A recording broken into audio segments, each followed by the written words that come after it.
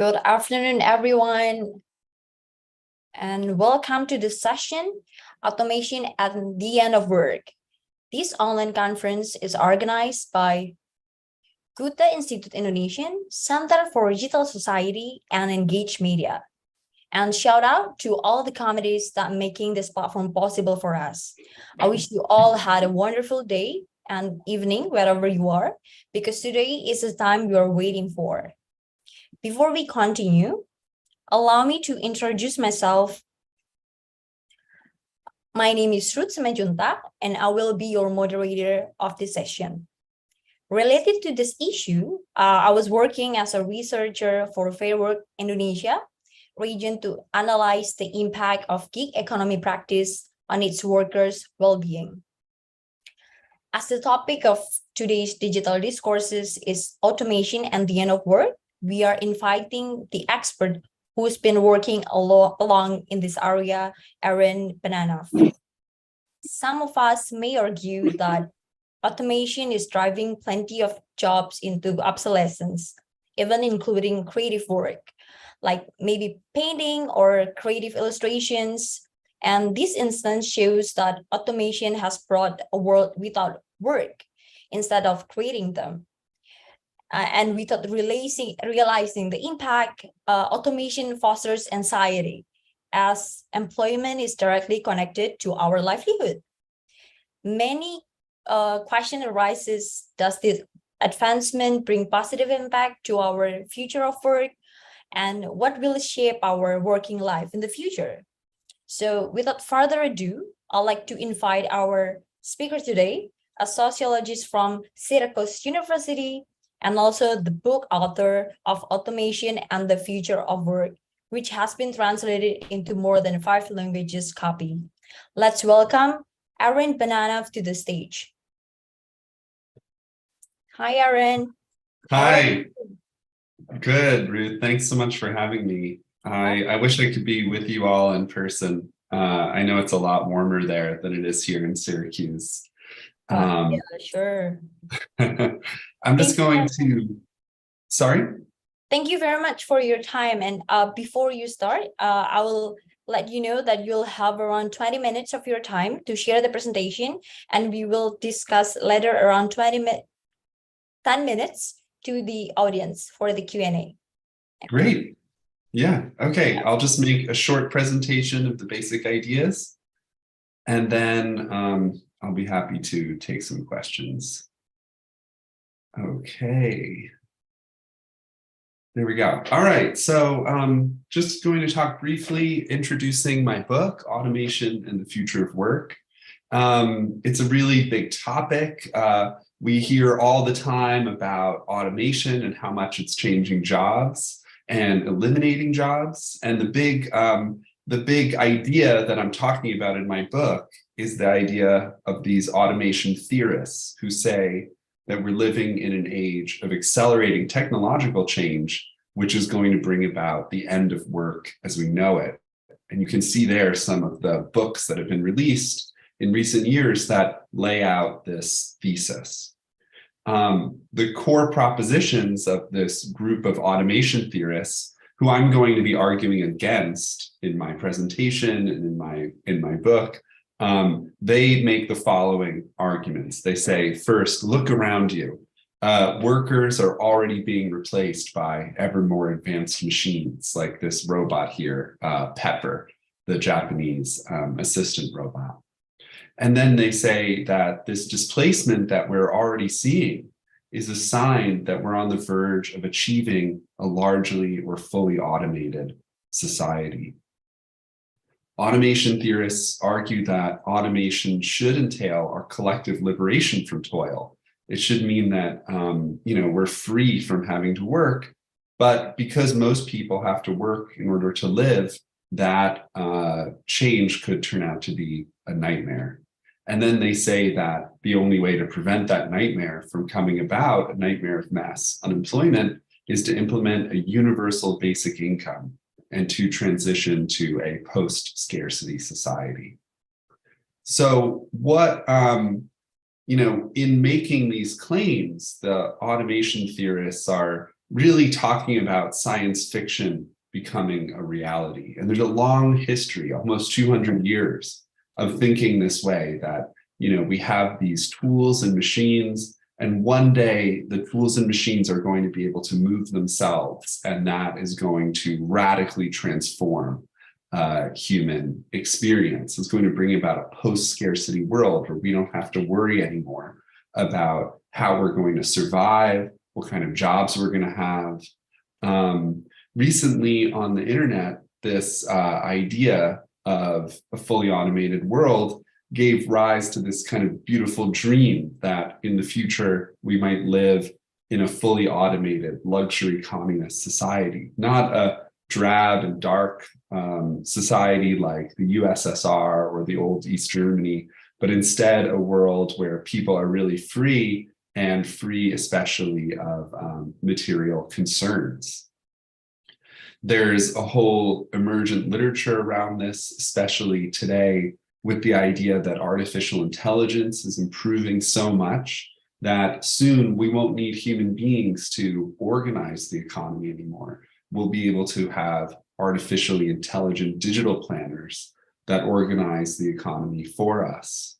And the idea is that this will bring about a new world of pleasure, new possibilities for human beings to enjoy themselves and explore the outer limits of their lives. And in a lot of this literature, which is on the border of science fiction and futurism, there are big questions about how people will make meaning in their lives under those conditions. So if computers can do everything from paint paintings to write symphonies, and even care for our parents, how will we find meaning in our lives? These are the kinds of questions that are raised both in this science fiction literature on post-scarcity and in the contemporary discussions of what it might mean to live in an automated world.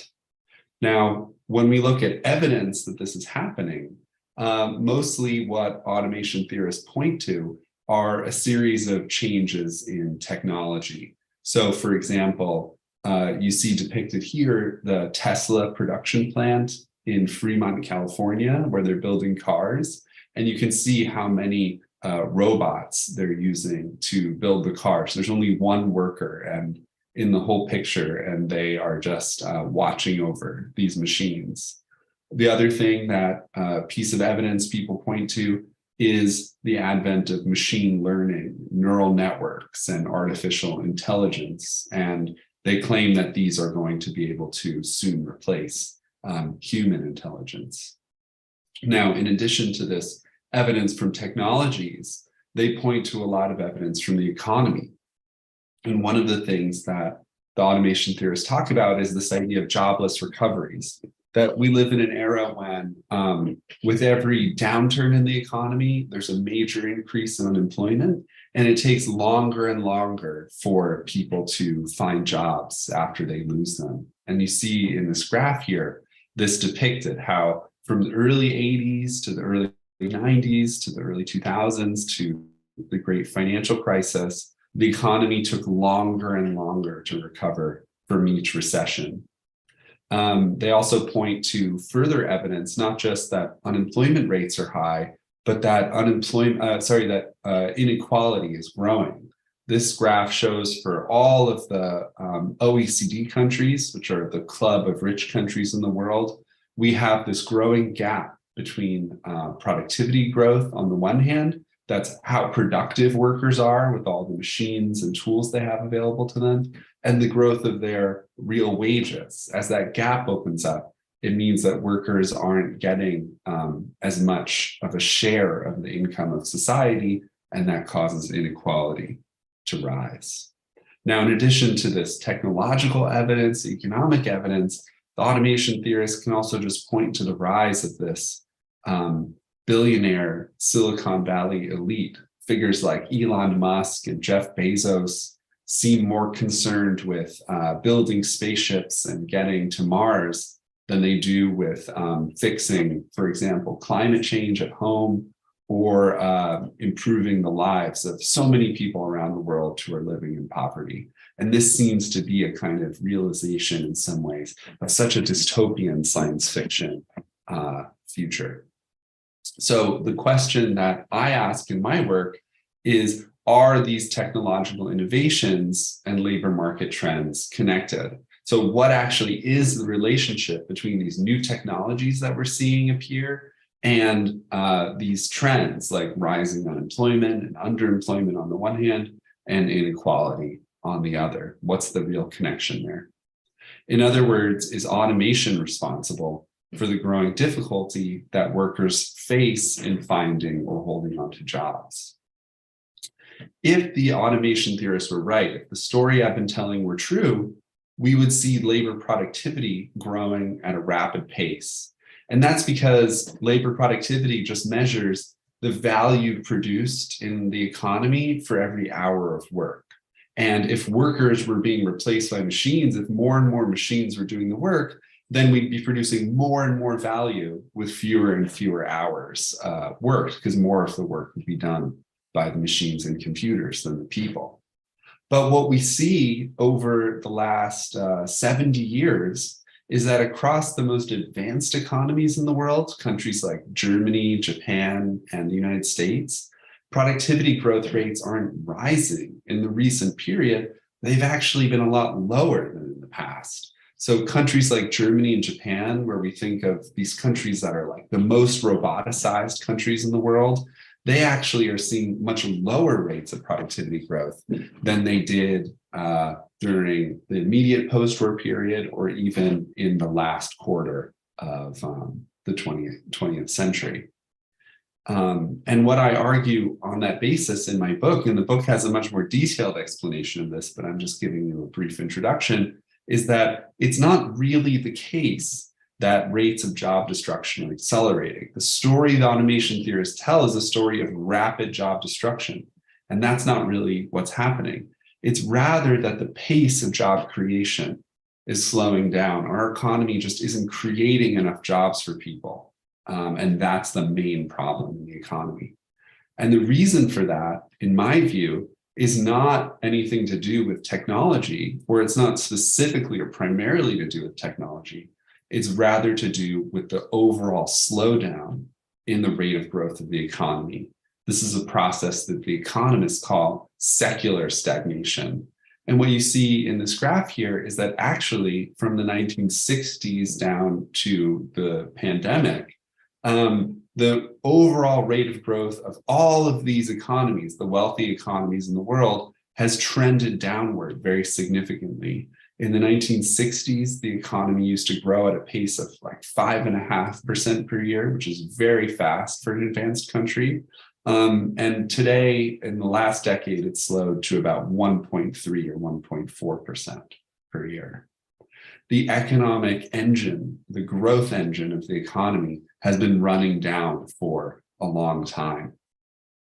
So in the book, I spend a lot of time explaining why that's happening, what's causing the slowdown of the economic engine. I talk about how that has affected the poorer countries in the world and their efforts to develop and expand the economies of their population. But instead of talking about that detail, I'm just going to talk about some of the consequences here.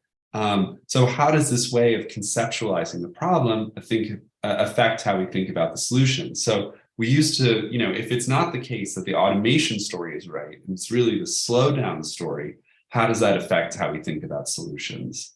Well, as I mentioned earlier in the talk, a lot of automation theorists point to this idea of universal basic income as the solution. And we see that really across the political spectrum. There are really right-wing thinkers like Charles Murray and left-wing thinkers like the people promoting this automated luxury communism who think universal basic income is the solution to the problems that we face. What I say is that if the automation theorists were right, the main issue society would be confronting would be one of distribution. We'd be living in a world where machines and computers were producing all of these things, all of these goods and services, but people wouldn't be able to earn the wages to pay for them. And the solution then would definitely be just to give people money And in that case, people would have the money to buy all the stuff that's being produced. My argument is that the problem we face has to do with the organization of production, something running down in the growth engine of the economy. And that's what we need to think about. It's a problem of production, not a problem of distribution. And in support of that argument, I point out that for about 50 years now in the West, we've seen governments try to revive increasingly stagnant economies in ways that have been really bad for the population. Governments in the West have spent 50 years imposing austerity on populations. That means defunding public programs. Governments have been removing labor protections, so making it harder for people to feel secure in their jobs. And that, of course, has played a big role in the emergence of the gig economy, where workers have very few protections and very few rights. And we've also seen governments accumulate massive public debts in an effort to stimulate their economy. So these are all things that governments have done over the last 50 years to try to revive their economies as they've been slowing down. In the book, I also give a positive account. I don't only talk about the running down of the growth engine and the growth of the gig economy. I also try to present something more positive, because for me, those science fiction stories of post-scarcity, the dreams of a world where people don't have to worry about how they're going to survive, I think that those stories are very inspiring. And I also think that with the technologies we have today, we could really already be making progress towards that kind of post-scarcity world. And what I'm interested in is looking at the history of thinkers and ideas and even science fiction proposals that talk about how to get to that post-scarcity world without full automation. And what I find is that there's a long history of thinkers who've had that idea that with the technologies we have today, we can already advance toward a post-scarcity world. We don't need full automation in order to get there. There's really a long 500-year tradition of thinking about this. So it goes back to the very earliest days of capitalism. You have thinkers like Thomas More, who wrote the original book Utopia, and he dreamed of a world where people just wouldn't have this anxiety anymore about being able to survive. He said, "What greater wealth can there be than to be completely spared any anxiety and to live with a joyful and tranquil frame of mind, with no worries about making a living?" But More didn't think that we would achieve that through automating all work.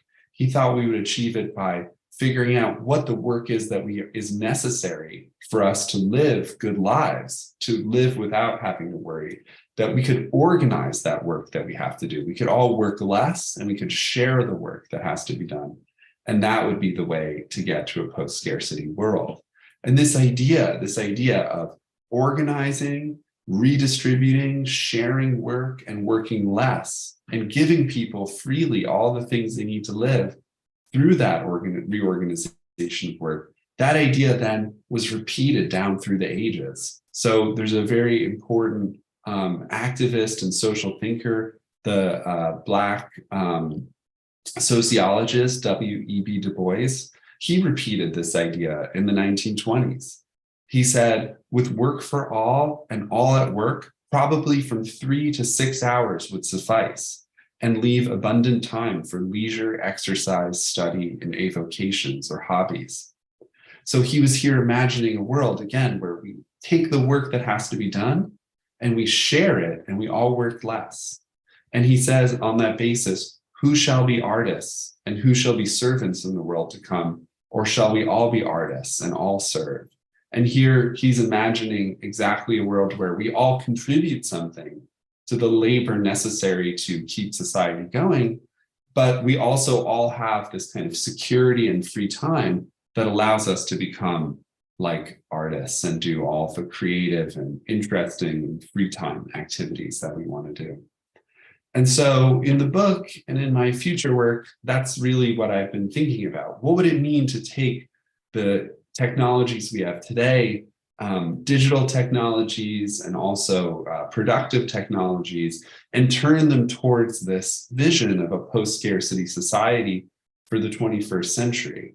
I think what we would have to imagine if we did that is not to sort of dream of a world where no one has to work and where everything is done by machines and planned by computers, but rather a world where the work that has to be done is reduced and shared out among people, that those who are overworked work less, that we take the goods and services people need to survive, and in these highly productive economies, we share that with everyone and get to a world where no one has to worry any longer about their survival, using a combination of basic income maybe and basic services, and get to a world where people they feel this real freedom that comes with not having to worry about how you're going to survive. And that would change the kind of work that we do, the kinds of desires and dreams that we have, and how we make meaning in our lives.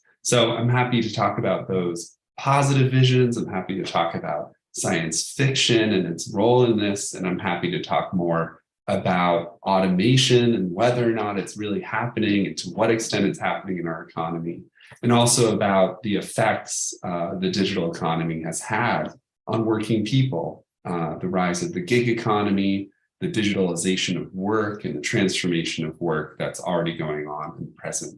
So thanks again so much for having me. I hope that wasn't too long, and I'm excited to talk. Thank you very much, Aaron. It's so we've seen a bit of your book as this presentation going, and so before we started this whole conference, the committee has asked the audience to register with some question, and one of the question is, Global South countries have been in the periphery as the spare parts producer in the assembly of global economy. In what way automation will shape this existing structure? This is one of the questions. Yeah. That's a great question. So in the past, let's say 50 years, the global economy has really changed. It's become a much more high competition place compared to how it was in the 50s and 60s. And with all of this competition, really competition between the richest countries in the world, firms in those countries, companies in places like the United States, Japan, and Germany, in response to this competition, companies have gone to the global south, to the periphery or semi-peripheral countries to find low-wage labor and to integrate all of these suppliers into their supply chains, right? That's been a big feature of the last 50 years. And global south countries have had pretty different experiences with that. The media likes to, highlight big success stories like South Korea and now China. But a lot of other countries have really struggled to become part of those supply chains, and also their workers and governments haven't really managed to get that much money and wages from those relationships. And so I think that the transformation of work, not only the transformation of work, but also politics, is going to affect the way those supply chains are organized. So I think that's a really good question. In the West, when people talk about automation, they often talk about self-driving cars and a few other possible technological changes that they think are going to happen. But I think you're right to ask the question, what effect is this going to have on the global South? It seems like one effect could be to really make it harder for countries to advance and develop by trying to participate in manufacturing supply chains. And the reason for that is I think some of the technologies that might be coming online are technologies that make it easier to do clothing, sewing, and like shoe manufacture. And those have been things that have been big jobs in the global South and that many countries have tried to participate in. And I think some of those things might be automated. There's also a chance to change the way that electronics are assembled, and that's another big aspect of global supply chains. And we might see the new technologies making those somewhat less labor intensive. And that's the idea. Anytime something becomes less labor intensive, then it's not as necessary to produce it in those far-flung supply chains. Now, another feature of what's going on that might be even more important is just the changing geopolitical situation. The United States is engaging more and more in trade wars. They're blocking countries from producing a variety of goods, like what's just happened now with semiconductors in China. And so this geopolitical situation might take an economy that's already made it very difficult for poorer countries to develop and make it even harder for them to do so. And I think that's a very worrisome trend. Thank you very much, Aaron, for your answer to that. And we have a live audience here today. There's like 3 questions. And may I know what time should you go teaching? Oh, I've got a lot of time. I thought we were going to go till for another 30 minutes. Okay, so yeah. So we will relate to the first question. We have a question from anonymous attendee here. What is the role of government in the future where society organizes the works among themselves? How should this be governed? I think that's a really good question. And I think a lot of people, when they try to imagine the future, they talk about democracy and they would say we need a democratic government. And that's really important, but it's often very hard to know exactly what they mean. Like, what is the role of democracy and how much participation are people going to have? You can imagine one bad scenario where there's no participation and it's really just a technocratic or authoritarian government where people have no say in how their work is organized and what they do. But you can also imagine another kind of bad society where everyone has to participate in every decision and it becomes very chaotic and you spend more time in meetings than doing things. And so we have to figure out exactly what democracy means and what the balance is between technical expertise. Because if you live in a digital society, you need all of this technical knowledge that a lot of people don't share. What's the balance between that and democratic participation in decision-making? And I think that that's a really important question and a difficult question. But I think a way to start thinking about it is to recognize that, we as a society have different values and we have different things that concern us, different things that we're worried about. Maybe we're worried about climate change most of all, or we're worried about poverty and insecurity, or we're worried about, who's taking care of the older people in our society, how healthcare and elder care and childcare is organized. And the idea of having technical experts is very important because we need to know what our options are. We need to know, like, how can we organize society? How can we organize childcare? How can we organize the green economy? But those experts can never tell us which path we should choose. They can only tell us what our options are, not which one of the options we should take.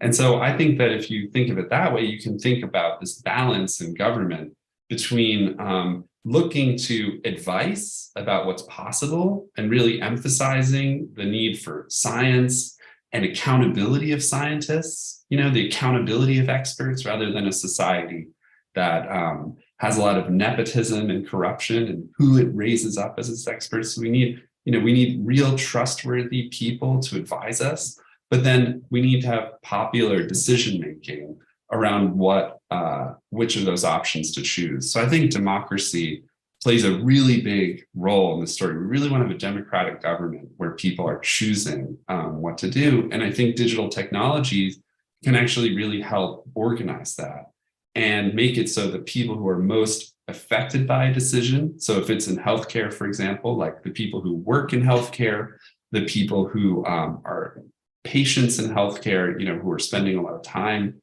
in hospitals or clinics, to give them more of a say in what happens than everyone else in society. And it is possible with digital technologies and with different ways of thinking about democratic institutions to set that up in a way that where people really are the ones making the decisions, but it doesn't feel like everyone has to participate all the time in decisions that they either don't know about or aren't particularly relevant to their lives. And this is a big, interesting question. How do we use digital technologies to kind of enhance that democratic accountability and democratic participation without making a world of meetings? Still relates to the issue of discussion. We talk about how digital technology could enhance the democratic participation of the labor, let's say. There's a question, how will labor movement be organized in an automated future? Yeah, I think that's a really good question. So one really important thing to recognize is that one of the things I stress is Silicon Valley executives and boosters, they're always saying, well, there's not going to be any labor in an automated future. We're just going to get rid of all of these workers. So don't pay too much attention to their situation. They're just here temporarily. So companies in the US like Uber and Lyft, they've been saying this for a long time. They say, you're concerned about these drivers, their health, their security, but we're going to automate their jobs. So don't worry about them. And that hasn't turned out to be true. A lot of the claims about automation technologies being around the corner turn out to be myths that these Silicon Valley people are using, both to try to get money for their projects, to raise capital, and to prevent workers from organizing. And so I think the future, and actually, it's not just me saying this. If you listen to a lot of the experts on technology, they say that actually not that many jobs are going to get automated away. What's going to happen is that jobs are going to change. A lot of jobs are going to use more technology and change the way they use technology compared to the past. And that means that there's a big role for labor, right? There's a really big role for the labor movement because workers need to have a lot more of a say in what kinds of technologies actually get implemented in their workplace.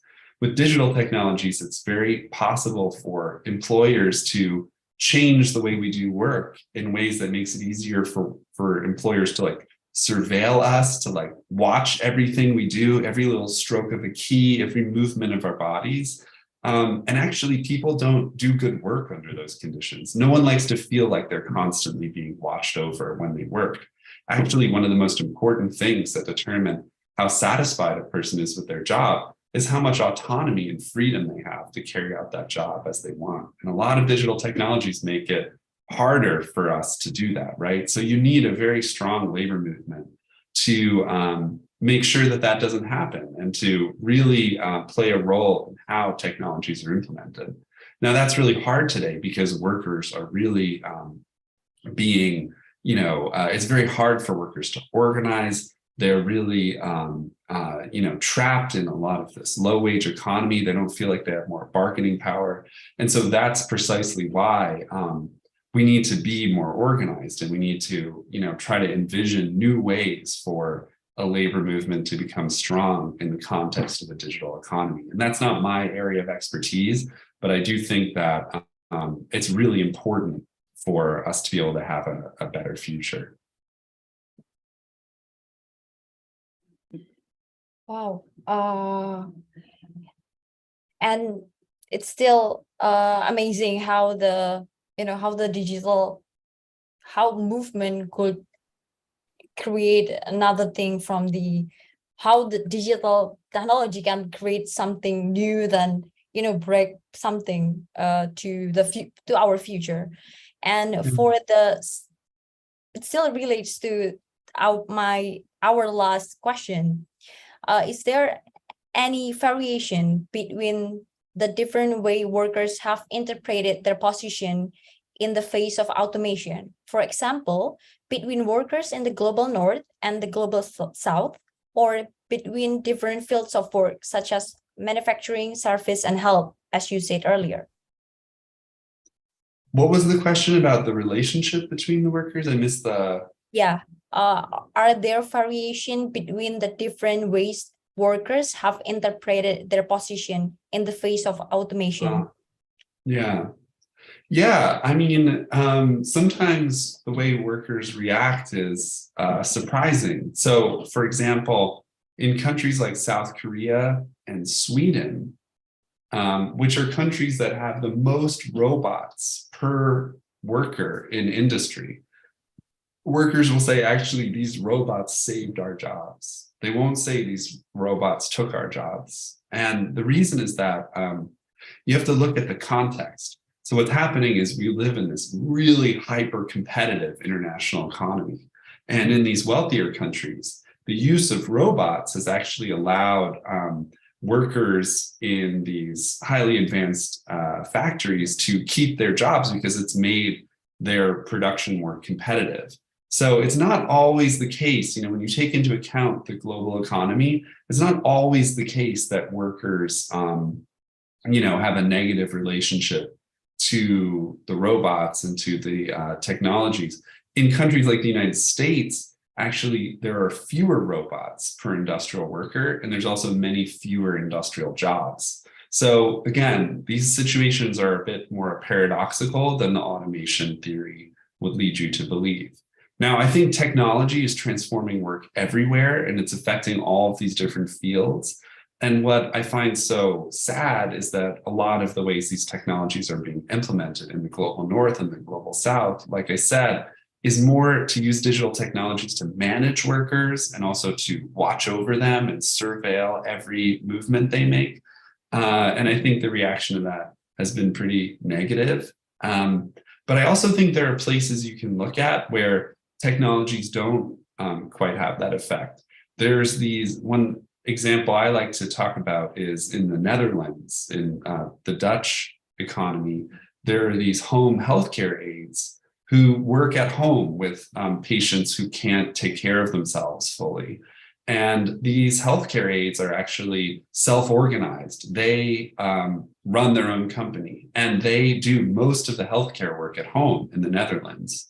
And they use digital technologies to connect with each other. So instead of being managed by, you know, algorithms, they use something like a Facebook, like an intranet, to connect to one another and ask each other questions. Hey, I saw this person yesterday who had this particular disease. Has anyone worked with someone with that before? So there would be ways to use technologies to make workers more powerful and to connect workers to each other more. All of those potentials are there.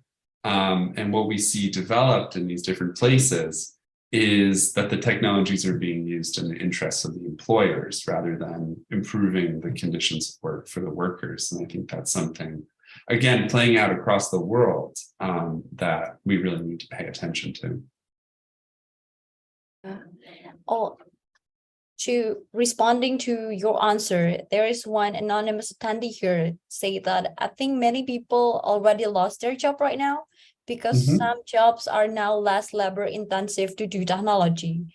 But it is difficult for the workers being displaced to work other jobs because lack of skills. What do you think this transition should be? Yeah, I think that's a really interesting question. And a lot of people have lost their jobs. And it's really important to know that one of the things I stress in my work is that in every period in the history of capitalism, workers lose their jobs because of technological change. And what's really important to know is that that process of job loss due to technological change is actually slower today than it was in the past. If you think about 60 or 70 years ago in a country like the United States and think about what kind of jobs people used to do, I mean, so many of those jobs, a lot more people in the first half of the 20th century were farmers, right? Or they worked, you know, rather simple jobs on an assembly line. And a lot of those jobs have disappeared. And that actually happened at a faster pace in the past than it's happening today. Today, people change their jobs and occupations much less frequently than they did before in the United States. I know that's hard to believe, but all the statistics agree about that. Now, the question of whether what are people going to do and the new skills they need, first of all, it's really true that people need more training and educational opportunities.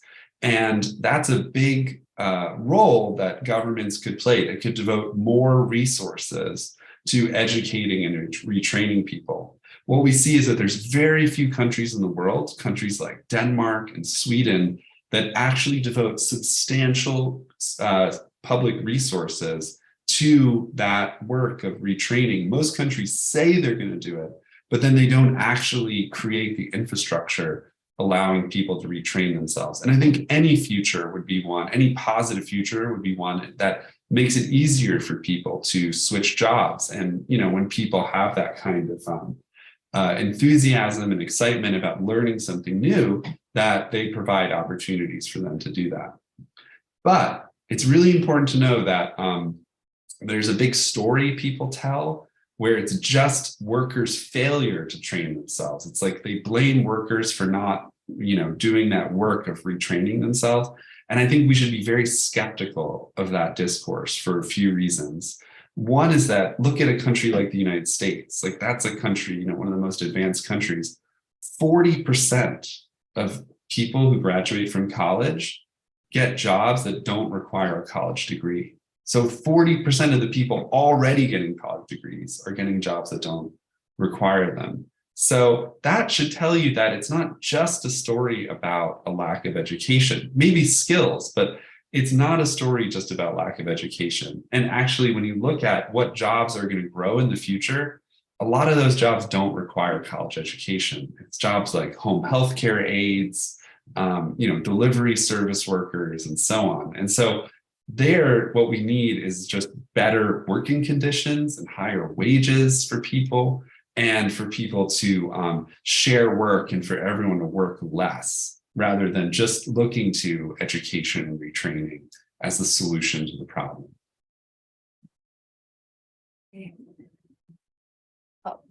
Personally, because I work around the fair work in Indonesia, so we mainly emphasize on the livelihood of its workers in the gig economy. It's still too far to apply those in global south because of the poor regulation. The reason why the investment coming is because like we pay very low wages to its worker. Yeah, that's part of the problem. Yeah. Okay. And coming to the next question, so you have readers. The anonymous attendee here say that he or she has read your book, and he or she asked about what is the best introductory and illuminating reading you recommend if we want to get into this topic, aside from your book, which I'll buy. Mm-hmm. Yeah. That's a great question. There's so much that you can read about it. Maybe I'll recommend a few other books that I think are interesting. There's a book by, and a lot of these are from the same publisher. So, you know, but I say that in advance because I don't, you know, maybe it's my interest somehow to promote my fellow workers who've written books in this field. But there's a book by Gavin Mueller called Breaking Things at Work. That's a reinterpretation of the Luddite movement. I think that's very interesting. There's a podcast online called Tech Won't Save Us by Paris Marx. And he also wrote a book about transportation and gig workers and Uber workers, and about the future of cars and cities. So Paris Marx, Tech Won't Save Us. And there's another podcast called This Machine Kills that I highly recommend. And if you look at the kind of authors who go on those shows about technology, This Machine Kills and Tech Won't Save Us, you'll have a wealth of resources to connect to other people thinking in this area, because I think it's a very interesting area to explore. I hope that helps. Thank you, Aaron, for the recommendation. And we have another 3 questions live here. There's Sifa Nurjana. She's asking, is it possible for machines to do creative work in the future? For example, composing music, making paintings, or writing novels, since these jobs require imagination? That's a great question. And, a lot of the big advances we've seen just in the last few months online have really been those kind of advances. They've been like these computers that can type words and paragraphs and make really weird kind of surreal pictures. And it's very interesting and exciting times, I think, in those kind of technologies. I think, again, though, we should be skeptical of the claims about what these technologies can do. The idea that they're about to replace artists or writers or researchers isn't really true. What they might do is they might change the way that work is done to some extent. They might make it possible to use computers to think creatively and to, imagine different kinds of possibilities. But the computers just really aren't intelligent enough to do that work. So I think that there's still going to be a big role for creative people in the future. But I think that in the future, as in the present, it's going to be very hard for most people to make money doing those kinds of jobs. In that business, for example, in the United States, there's so many people who want to be writers that the publishing industry is able to pay most people, very little money to do that. And there's a few superstars who are artists, for example, or writers who make a lot of money, but most people are just scraping by in the freelance economy.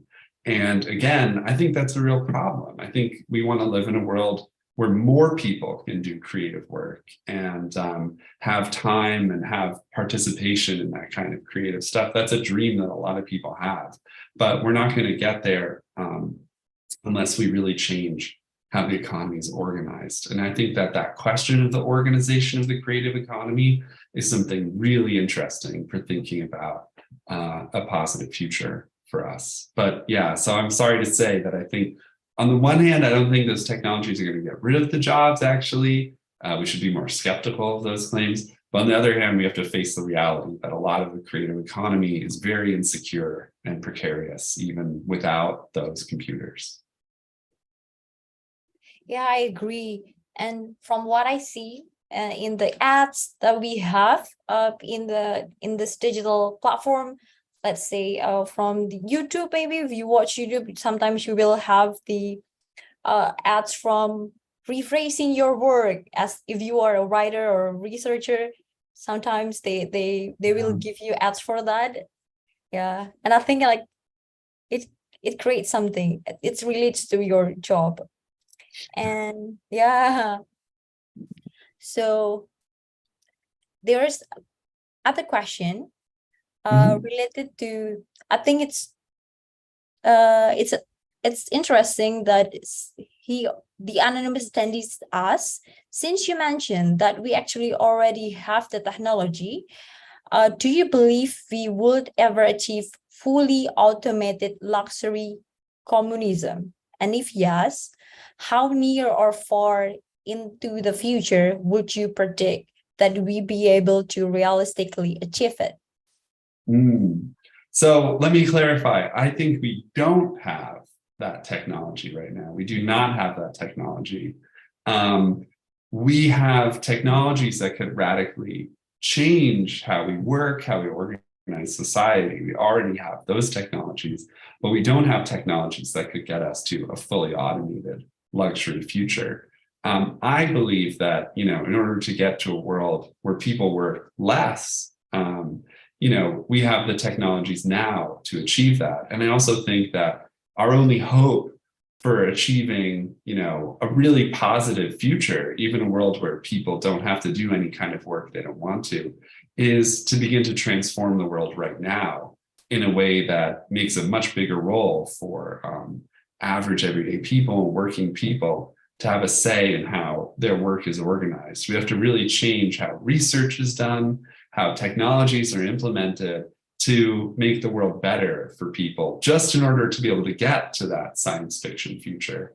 And you really see that, I think, as the last question left also says, we're facing a very dangerous situation with climate change. And unless we really change how our economy is organized so that we can respond to those challenges and make the economy and the digital economy much more sustainable.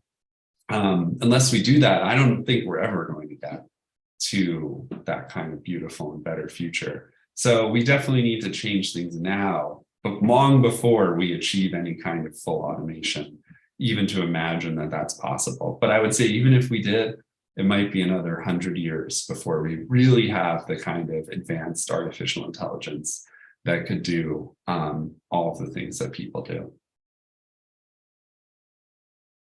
Oh, sorry. Thank you, Aaron. And still relates to the climate change and the migration. What do you think the effect of this global phenomenon to the future of work? Yeah, I mean, I think it's really scary, right? Because a lot of people like in Jakarta are living in coastal cities, that are very susceptible to rising sea levels. That's true not only there, but in New York and in many other great cities around the world. And so I think that it's a very scary thing to imagine a future of rising sea levels. And that's just one part of it, right? More extreme weather events, the die-off of insects and the loss of biodiversity. It's a very scary thing. And there are many very negative projections about what the future of work will look like under those conditions. And I'm very scared, I think, as your question indicated, of what will happen in a world with many climate refugees, where people are fleeing areas of the world that have become uninhabitable and trying to move. Typically, you imagine north to the more temperate climates. I think it's a very scary possibility. And I think it just shows you really how important it is that we try to change things now and that we put the world on a different track. And I think that that's only going to happen if we really de-emphasize profit and de-emphasize kind of like the private economy and try to get to a world that's sustainable, not only in an ecological sense, but also in a social sense, right? So I think that we have a lot of work ahead of us. We also have a lot of new tools and digital tools to connect with each other. We also, more and more people have education, they can read, they can, people live in cities. In spite of the pandemic, over the long term, people are healthier than they were in the past. And I really hope all of those changes, that increase in human development and possibility and connection, means that we can also connect with each other and organize together to really change the world towards a sustainable future, and then make for a much better future of work. I don't think it's a purely technology question. I think it's really a social and political question. And I just hope that people interacting with my work and generally thinking about this topic really come away with that sense that it's not just a story about technology and technological change and what people are doing in private companies with technology.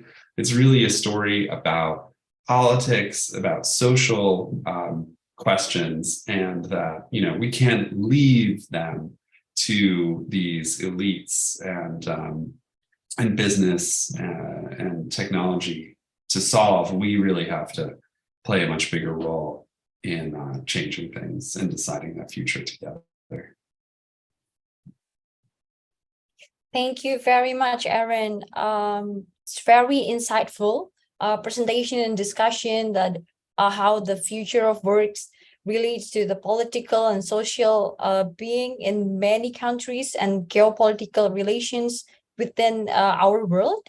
I wish you the best of luck in your future endeavors. We're very glad that you join us in this conference today.